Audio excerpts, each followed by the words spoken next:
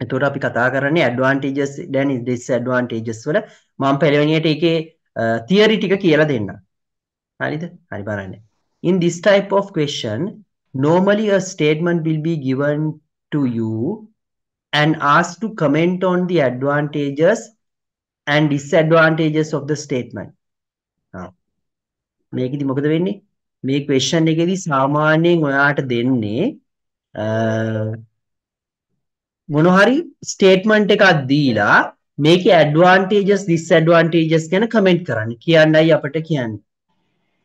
right මොන හරි ප්‍රකාශයක් දීලා මේකේ ඇඩ්වාන්ටේජස් ඩිස්ඇඩ්වාන්ටේජස් කතා කරන්න කියලා කියනවා. හරි. ඊට බලන්න common words නැත්නම් phrases used in this type of essay. මේ advantages disadvantages essay වල යොදා ගන්න ප්‍රධානම වාක්‍ය ඛණ්ඩ වගන්ති තමා මෙන්න මේවා මොනවද? What are the advantages and disadvantages of? right හරි මේක අහන්නේ මොනවද මේකේ තියෙන අවාසි කියලා අහන්න පුළුවන්. ඊට පස්සේ තව වැදගත් එකක්. Do you think advantages outweigh the disadvantages? අන්න ඕක වැදගත් වෙන. මෙතන වෙන අර මොනවද advantages disadvantages අහනවටත් වඩා තව චුට්ටක් further ගිහිල්ලා තව step එකක් තියලා එයාලා අහනවා advantages වලට වඩා නේද do the advantages වැඩිද disadvantages වලට වඩා කියලා අහනවා. outweigh කරනවා කියන්නේ අභිබවා යනවා. right pass කරලා යනවා අභිබවා යනවා කියන එක තමයි outweigh කියන්නේ. එතකොට ඔයා හිතනවාද advantages වැඩි disadvantages වලට වඩා කියලා. එතන අපේ opinion එකක් අහනවා. හරි ඊගාවට discuss the advantages and disadvantages and give your opinion. එතනත් එහෙම එකක්. එතනත් opinion එක අහලා තියෙනවා. advantages disadvantages දෙකම කතා කරලා ඔයාගේ opinion එක දෙන්න කියනවා. හරි.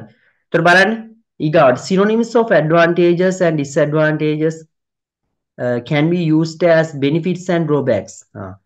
advantages disadvantages කියන වචන වෙනුවට යොදා ගන්න පුළුවන් වෙලා benefits සහ drawbacks. benefits කියන්නේ වාසි. drawbacks කියන්නේ තව අවාසි drawbacks කියන්නේ. තව වචන යොදා ගන්න පුළුවන්. positives කියලා කියන්න පුළුවන්. right benefits වෙනුවට positives කියන්න පුළුවන් යාලට. drawbacks කියන වෙනුවට negatives කියලා කියන්නත් පුළුවන්. okay advantages වෙනුවට benefits කියන්නත් පුළුවන් positives කියන්නත් පුළුවන්. drawbacks කියන එකට කියන්නේ disadvantages වෙනුවට negatives කියන්නත් පුළුවන් drawbacks කියලා කියන්නත් පුළුවන්. pros and cons කියන්නත් පුළුවන්. අන්න හරි. pros and cons කියන්නත් පුළුවන්. ඔව්. ගොඩක් වෙලාවට essay එකේදී pros and cons කියලා මම දැකලා නෑ තරම් ඉමිස්. හැබැයි සමාන වචනයක් තමයි pros and cons කියන්නේ. okay? ගත්ත හැකි එක. positives negatives benefits. හරි. දැන් බලන්න. There are two types of advantages and disadvantages essays asked in the exam. අන්න ඔය කියපු වර්ග දෙකක් තියෙනවා. අපෙන් අහන්න පුළුවන් advantages disadvantages වර්ග දෙකකට. එකක් තමයි essays which do not ask your opinion. ඒකෙදි අපෙන් අපේ opinion එක කියන්නේ advantages ද වැඩි disadvantages ද වැඩි මොකක්ද ඔයාගේ opinion එක කියලා අහන්නේ නැහැ. කෙලින්ම අහන්නේ advantages disadvantages මොනවද කියලා. අන්න ඒක advantages disadvantages වල එක essay type එකක්. ඊගාව එක තමයි essays which ask your opinion. ඒකෙදි අහනවා ඔයාගේ opinion එක මොකද advantages ද වැඩි disadvantages ද වැඩි කියලා ඔයා ඔගේ opinion එක දෙන්න කියලා කියනවා. right ඔන්න ඔය type දෙකේ questions දෙකක් එන්න පුළුවන්. හරි බලමු අපි උදාහරණයක් එක්ක. essays which do not ask your opinion. මෙන්න මේ essay වර්ගයේදී ඔයාගේ opinion එක අහන්නේ නැහැ. උදාහරණ බලන්න. මෙන්න මේක කියව ගමු අපි. කියව ගන්න හැමෝම.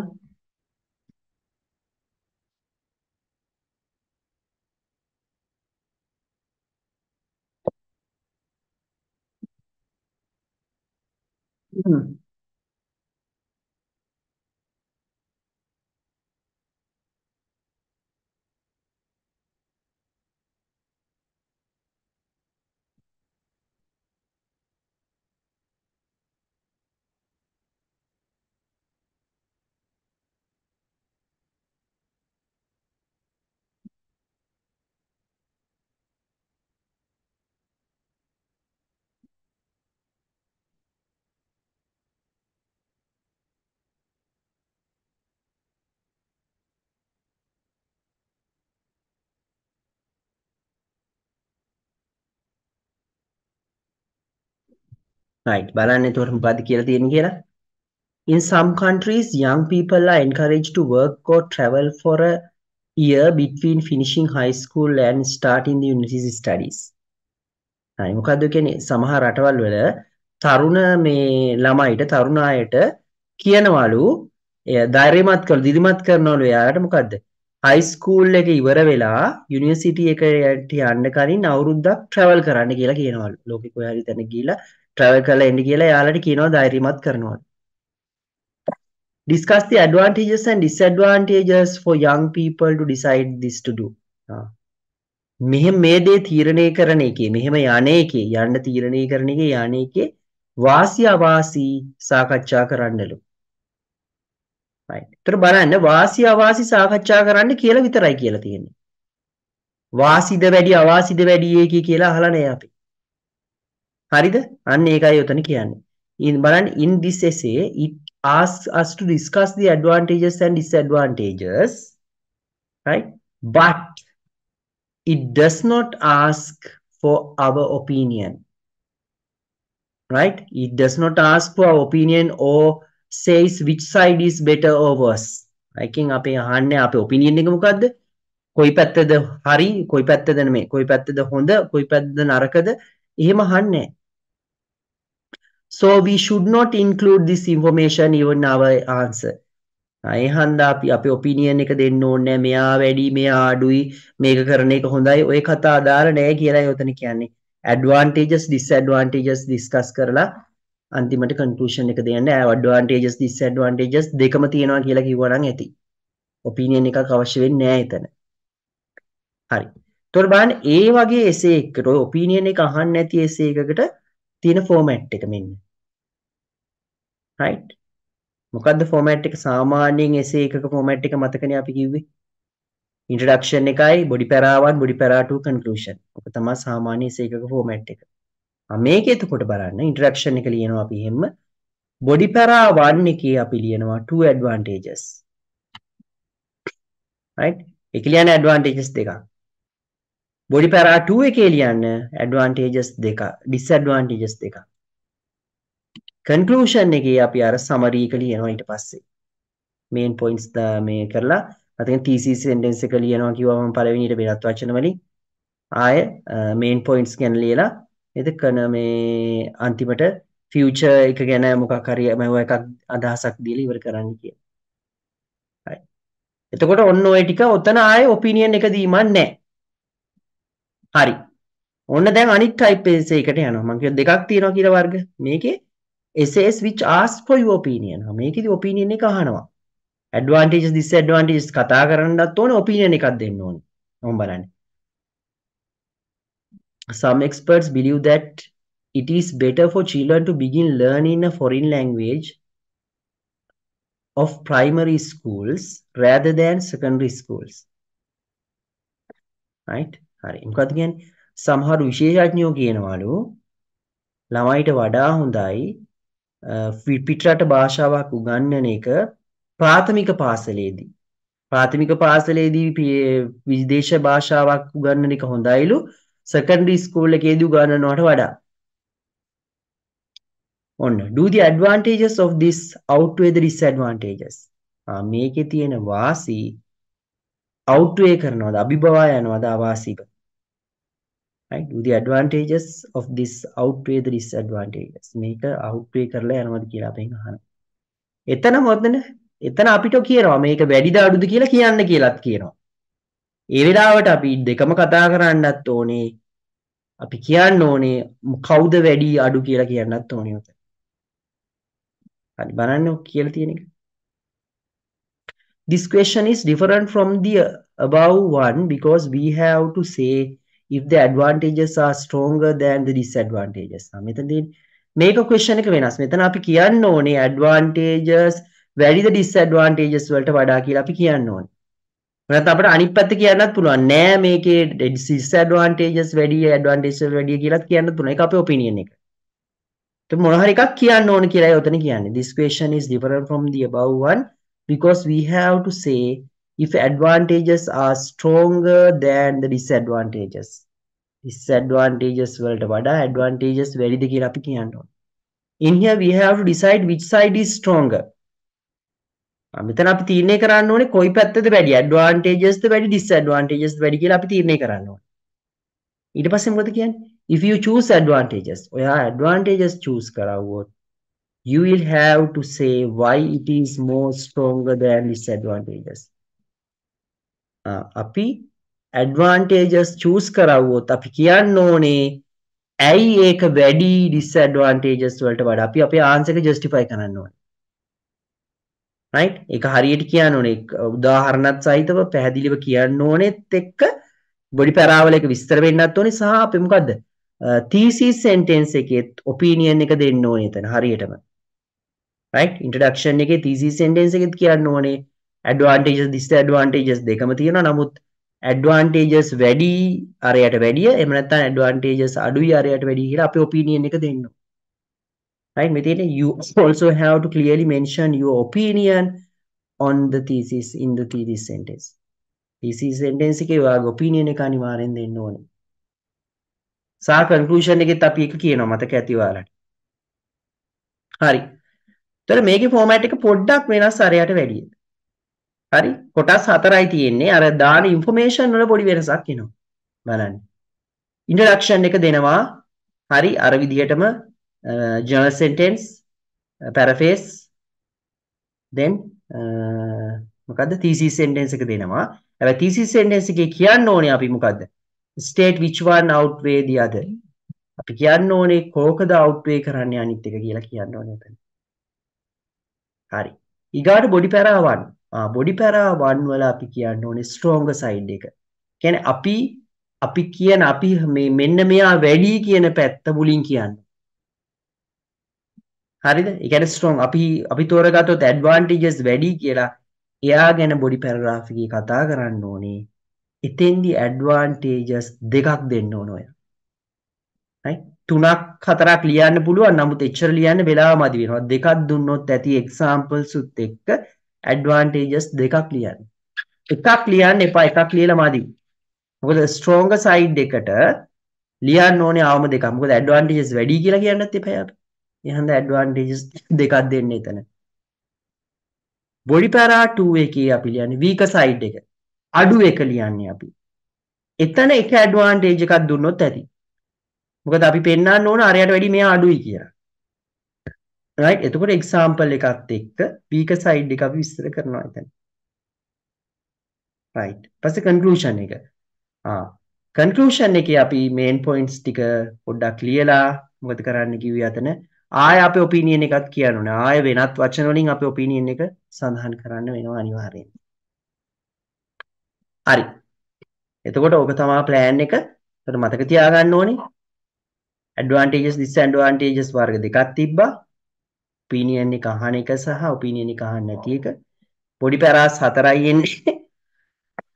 advantages disadvantages දෙකම කතා කරන්න කිව්වොත් එහෙම body para 1 එකේ දෙකක් advantages කතා කරනවා. body para 2 එකේ disadvantages දෙකක් කතා කරනවා.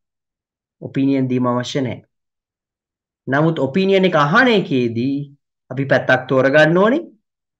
අපි හොඳයි කියන පැත්ත වැඩි පැත්ත මුලින් ලියන්න. ඒකට දෙකක් කාරණා ලියන්න. අනිත් පැත්තේ body para 2 එකේ එක කාරණයක් ලියන්න. සහ අපේ opinion එක අනිවාර්යයෙන්ම දෙන්න. right. එහෙනම් මම හිතනවා පැහැදිලි ඇති කියලා. අපි උදාහරණයට යමු. okay. right විනාඩියක් දෙන්න.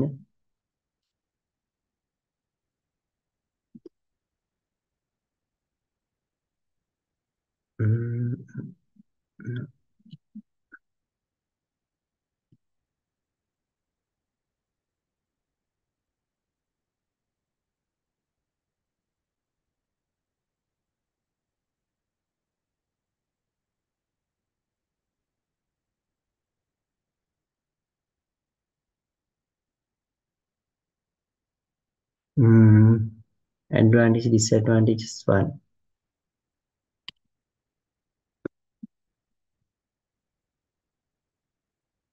හරි computer technology के advancement එක ගමුද මේ අපි ගාක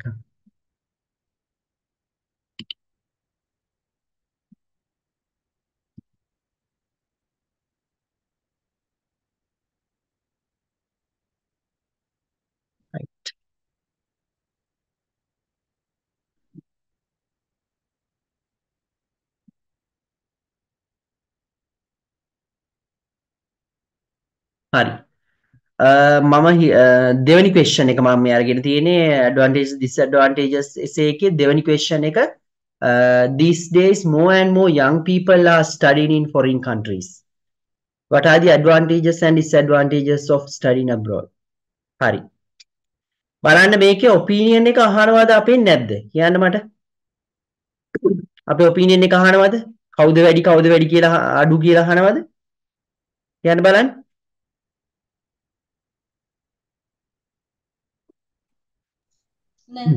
නෑ නේද? අහන්නේ නෑ නේද? අහන්නේ මොකද්ද? මොනවද advantages disadvantages කියලා. එහෙනම් අපි මතකනේ format එක මතකයි එහෙනම්. නා advantages දෙකයි disadvantages දෙකයි කතා කරන්න ඕන අපි උතන. හරි. මොකද්ද? අපි බලමු. These days more and more young people are studying in foreign countries. අපිට රටවල් වල ගොඩක් දැන් young අය ඉගෙන ගන්න යනවා. මොනවද මේකේ තියෙන වාසි අවාසි කියලා අපෙන් කතා කරනවා.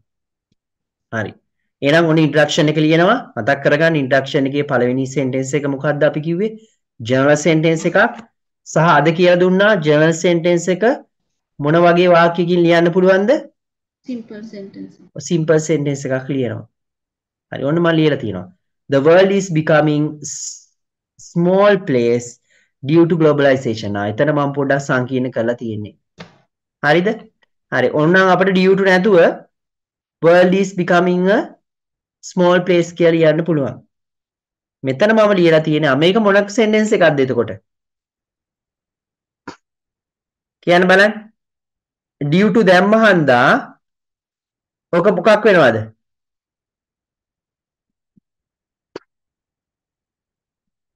compound ද complex ද? කියන්න.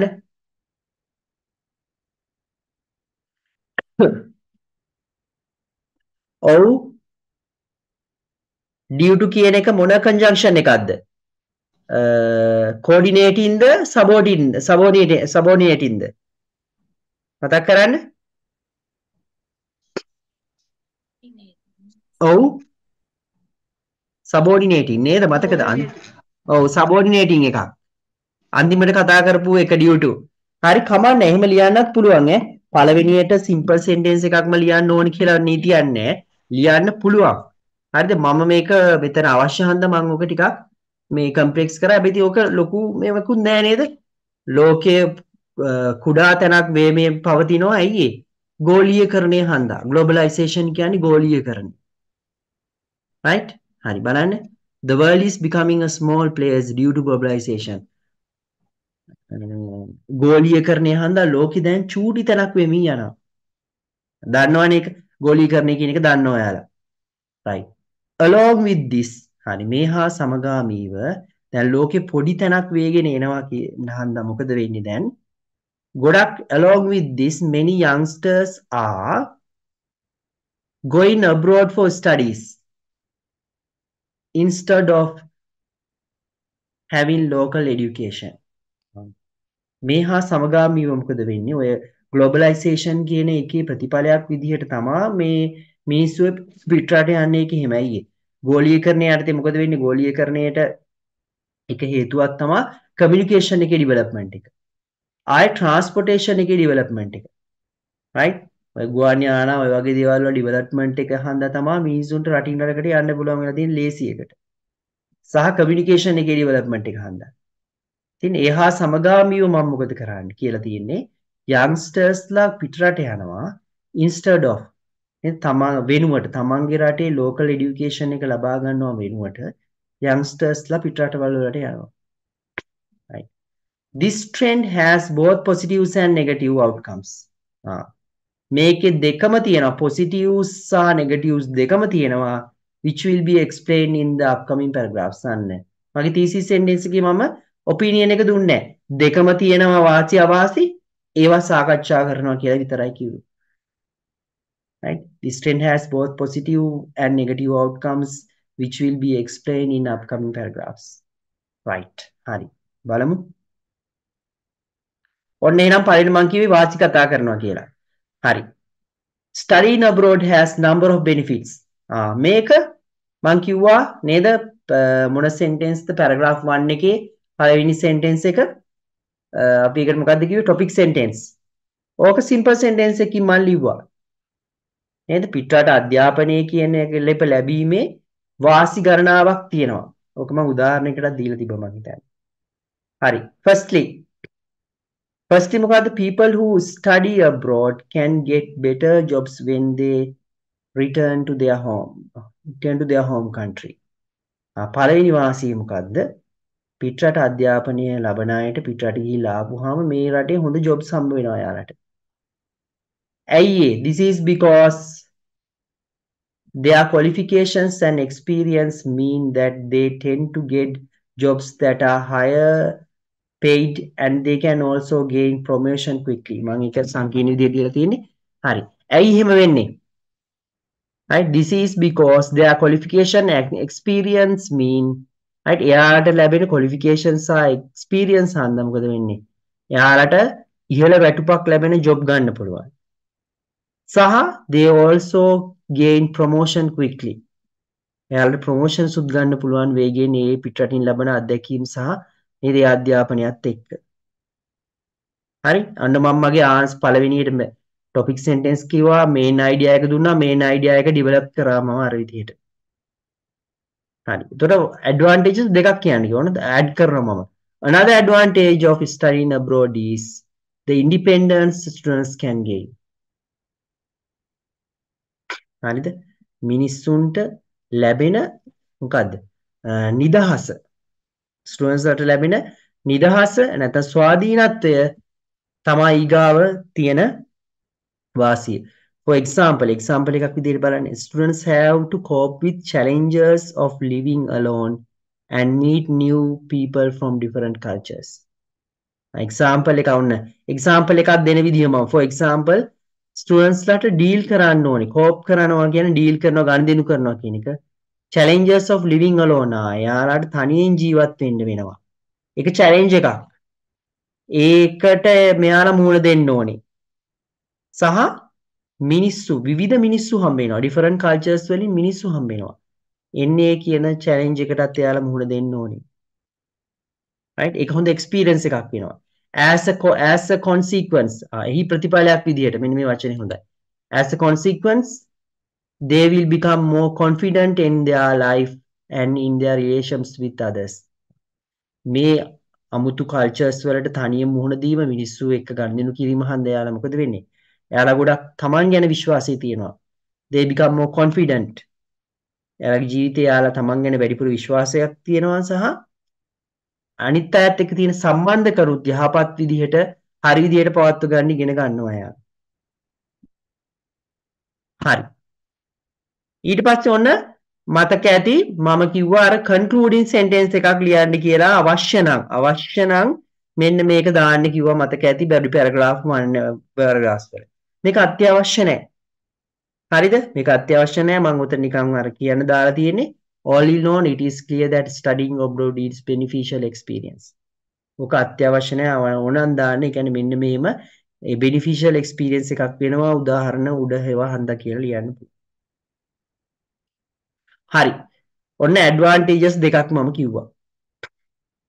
ඔන්න දැන් යනවා disadvantages පැත්තට. ඔන්න මම topic sentence එක ලිව්වා turning towards the disadvantages කියලා. disadvantages turning towards the disadvantages මෙතන in එක ඉන්නේ නැහැ. ඒක වැරදිලා. sorry. ඒක ඉන්නේ නැහැ. turning towards the advantages in කියන එක අයින් කරගන්න. it often places a huge financial burden on students and their families. අන්න පළවෙනි අවාසිය. මේ පිටරට ඉගෙන ගන්න යෑමෙන් සිද්ධ වෙන්නේ මොකද්ද? ලොකු financial burden එකක් කියන්නේ බරක්. right? ලොකු මූල්‍යමය බරක් පැටවෙනවා students ලා මත සහ යාළගේ family එක මත. නේද? ඇයි ඒ ලොකු වියදමක් කරන්න ඕනේ? right? People have to spend a great deal of money on consulting services, flight tickets, renting accommodations and university courses, contracts. ඔය කියන හැම එකටම ලොකු සල්ලියක් වියදම් කරන්න ඕනේ ස්ටුඩන්ට්ස් ලා සහ යාළගේ පවුල්. Parents take loans for high interest rates and at the same time sell their properties to fulfill these requirements. parents ලාට මොකද සිද්ධ වෙන්නේ? ඉහළ පොලි වලට අනුපාතය යන්න ලෝන් ගන්න සිද්ධ වෙනවා. නේද? ලෝන් ගන්න සිද්ධ වෙනවා, ප්‍රොපර්ටිස් සෙල් කරන්න වෙනවා to fulfill these requirements. මෙන්න මේ කියන අවශ්‍යතා fulfill කරනවා කියන්නේ සම්පූර්ණ කරනවා කියන එක. සම්පූර්ණ කරනවා, ඉෂ්ට කරනවා කියන එක තමයි fulfill. ඒක අවාසියක් විදිහට ගන්න පුළුවන්. ඔන්න ඒක අවාසියක් කිව්වා. ඔන්න තව ඇඩ් කරනවා more. ඇඩ් කරන්න යොදා ගන්න පුළුවන් වචන more in terms of psychological health. Youngsters who live abroad may experience feeling of loneliness and isolation without the company of their family members. තව එකක් මොකද්ද? මානසික සෞඛ්‍ය පැත්තෙන් ගද්දී youngstersලා තරුණ අය තනියෙන් ජීවත් වෙද්දී යාලට මොකද වෙන්නේ? දැනෙනවා තනිකම, හුදකලාවක් දැනෙනවා. මොකද තමන්ගේ පවුල් වල කට්ටියකින් ඈත ඉන්නේ. right? ඒ හන්ද මොකද this might interfere with their day to day lives and also on studies. එතකොට මේක සමහර වෙලාවල් වලට interfere, right? බාධා කරනවා, අවහිර කරනවා වගේ අදහසක් තමයි interfere කියන්නේ. එයාලගේ එදිනෙදා ජීවිතයට සහ නේද එයාලගේ ස්ටඩීස් වලටත් ඔක බාධා කරන්න පුළුවන්. ඔව්. එහෙම අවාසි තියෙනවා. right? හැබැයි එහෙම අවාසි තිබ්බ කියලා ඩිමෝටිවේට් වෙන්න එපා. හරිද? ඔයාලා ඔය යන ගමන නතර කරන්න එපා. නේද? ඔව් වාසි අවාසි තිබ්බට වාසි වැඩි. ඕකේ? ඒ ගැන හිතන්න එපා වුණ හන්ද. right. හරි. ඊගාවට යන් අපි last one. conclusion එක ලියන්න යන්නේ. in conclusion, although studying abroad leads to huge initial expenses and challenge you psychologically, it can help to enhance people's personal and professional capabilities. පොඩ්ඩක් මම ලියපු දේවල් ගැන පොඩි සාරාංශයක් දැම්මා උතන. thesis sentence එකෙන් මම ඒක කිව්වා advantages disadvantages තියෙනවා කියලා. ඒක වෙනස් ක්‍රමයකට මම කිව්වා. මොකද්ද? studying abroad වලදී initial expenses වැඩි, psychologically ප්‍රශ්න වෙන්න පුළුවන් මේ කට්ටියට. හැබැයි මෙන්න මේ කියන වාසිත් තියෙන මොනවද? professional personality එක දියුණු කරනවා. ආයේ යාළගේ professional capabilities, right? යාළගේ රැකියාවේ තියෙන අවස්ථාවන්, හැකියාවන් දියුණු කරනවා කියන එක.